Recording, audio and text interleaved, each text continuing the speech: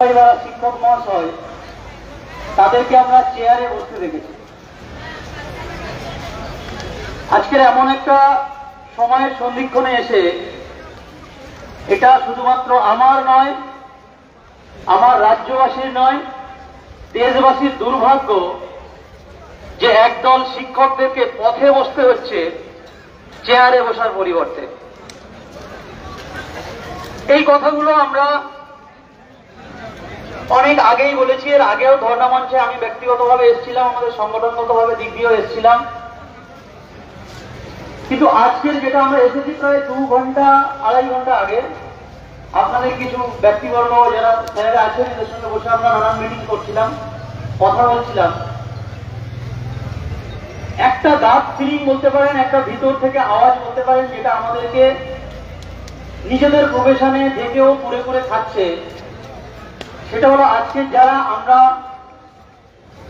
Doctor বলুন, engineer বলুন, আপনার সাংবাদিক বলুন, যে কোনো প্রফেশনে যারা নিজেদের কাজ করছে তারা প্রত্যেকেই, মানে আমি বলছি একজনও বলতে পারবে না যে এই শিক্ষক সমাজের হেল্প ছাড়া সে বড় হয়েছে। অথচ আজকে যখন শিক্ষক সমাজ তাদের ন্যায্য অধিকার, তাদের নিজস্ব সার্ভিস, তাদের পড়ানোর যে অভিজ্ঞতা, তাদের যে শিক্ষা দেওয়ার যে প্রচেষ্টা, যে আপনার টেকনিক বলুন, যে ব্যাপারে তারা এক্সপার্ট,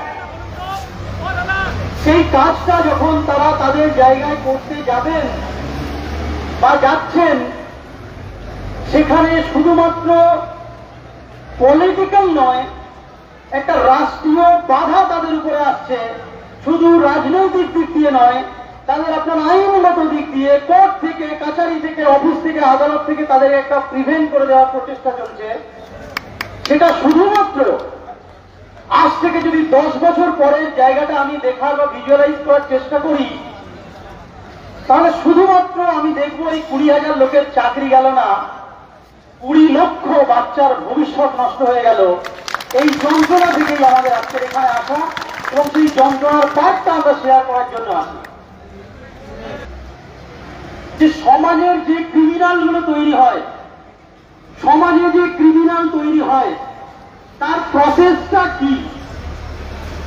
তার এটাই প্রসেস যে কেউ শিক্ষার মধ্যে অংশগ্রহণ করতে পারে না, আর কাউকে শিক্ষার মধ্যে অংশগ্রহণ করতে দেওয়া হয় না।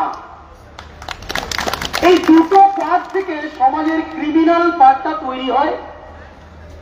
আর আরেকটা পার্ট হয়, অবশ্যই হয়, যারা শিক্ষা পাওয়ার পরেও লোভে লালসায় ক্রিমিনাল তৈরি হয়। কিন্তু যেটা সবচেয়ে বেশি সংখ্যক, সেটা হলো এই বাচ্চাগুলো যাদের ভবিষ্যৎ এই শিক্ষক শিক্ষিকাদের মধ্য দিয়ে তৈরি হবে। আমি একটা ছোট্ট উদাহরণ দিয়ে দাদাদেরকে বললাম যে আপনারা এতদিন আন্দোলন করছেন, আমরা দেখলাম, কিন্তু এই আন্দোলনে, এই চাকরি যাওয়ায় সবচেয়ে বেশি যদি ভবিষ্যতের ক্ষতিগ্রস্ত কেউ হয়, তাহলে ছোট ছোট বাচ্চারা, আপনাদেরও বাচ্চারা, আমাদেরও বাচ্চারা, আমাদের সমাজের বাচ্চারা যারা এখন স্কুলে যাচ্ছে, শিক্ষক পাচ্ছে না। তাহলে আমি ব্যক্তিগতভাবে এবং আমার ভাবনার মধ্যে যেটা এসেছে, অনেক আইডিয়া আমি শেয়ার করি, যে একটা শেয়ার আমি আপনাদের সঙ্গেও করতে চাইছি। সেটা হলো একদিন অন্তত চোখ খোলার জন্য এই আন্দোলনে ছোট ছোট বাচ্চারা আসুক, আপনাদের বাড়ির বাচ্চারা আসুক, তারা এই দাবিটা তুলুক যে আমি স্কুলে যাচ্ছি, শিক্ষক নেই কেন, এটা তুমি সরকার, প্রশাসন, রাষ্ট্র জবাব দাও। আমি আমার বাবার বিরুদ্ধে, মায়ের বিরুদ্ধে সিবিআই ইনকোয়ারি হওয়ার পরেও একটা কোনো ডিসপিউট বেরোলো না, কোনো কেস বেরোলো না, থানায় অ্যারেস্ট হলো না, আর আমার চাকরি চলে যাবে।